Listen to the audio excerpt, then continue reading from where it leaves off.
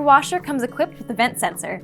If it comes on, no need to panic. Your dryer probably isn't broken, and chances are it's something you can fix yourself.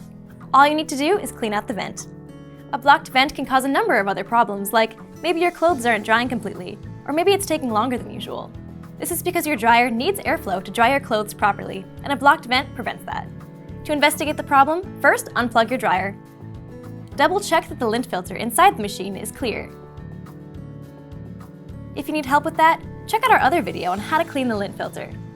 If you're still having problems, you want to check the vent pipe at the back of the dryer. If it's accessible, disconnect the vent pipe. Check the inside of the machine for any lint blockage. If there's a blockage right at the opening, you can remove that with your hands, but don't attempt to stick your arm inside the hole. Now check the vent pipe and remove any visible lint. Ideally, you want the pipe to be completely clear of any blockages.